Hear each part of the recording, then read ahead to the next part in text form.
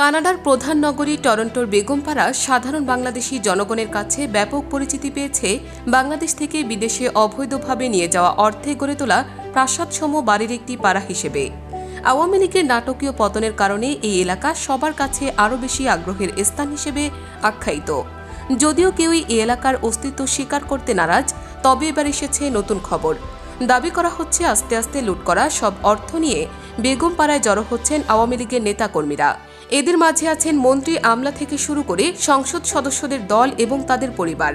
বাংলাদেশের অসংখ্য রাজনীতিবিদ, সুবিধাবাদী আমলা, ক্ষমতার শীর্ষ মহলের ঘনিষ্ঠ ব্যবসায়ীরা হাজার হাজার কোটি টাকা লোপাট করে এখন লাপাত্তা।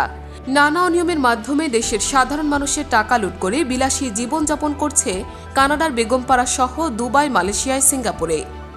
আর এসব টাকা লোপাট করে বউ বাচ্চাদের বেগমপাড়া কিংবা সেকেন্ড হোমে বিলাসী জীবনযাপনের জন্য পাঠাতেন। বেগমপাড়া হয়ে উঠেছে বাংলাদেশি ধনাঢ্য ব্যক্তিদের বিদেশে অবৈধ স্বর্গ বানানোর প্রতীক।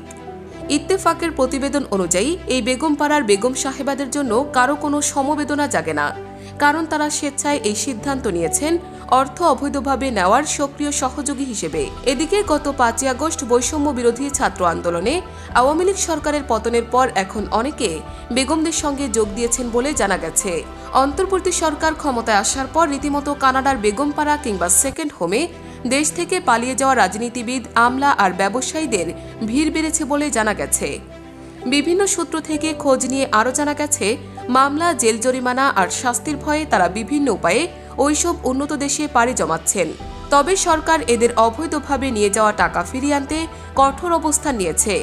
প্রধান উপদেষ্টা ও অর্থ উপদেষ্টা এরই মধ্যে অন্তত অবৈধভাবে নেওয়া 1 লাখ কোটি টাকা ফেরাতে টাস্ক ফোর্স গঠন প্রক্রিয়া চূড়ান্ত করেছেন।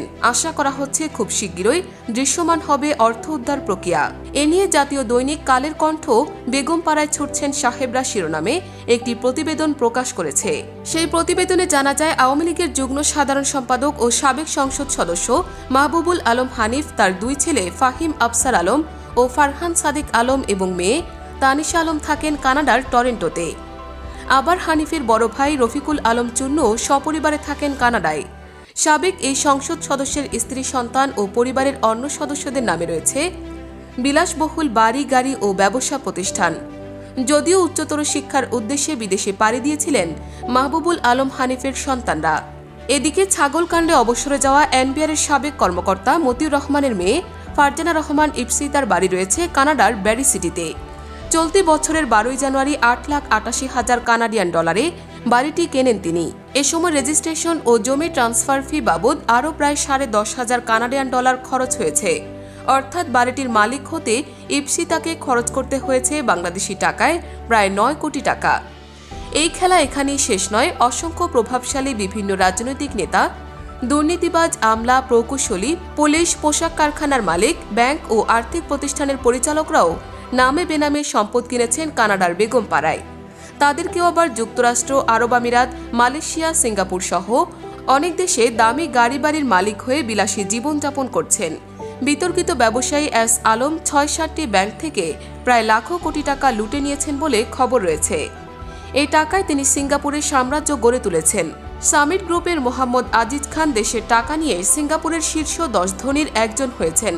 তথ্য উপাত্ত বলছে এরকম উদাহরণ অসংখ্য, তবে ক্ষমতার কেন্দ্রে থাকায় এতদিন তাদের কাউকেই ধরা যায়নি।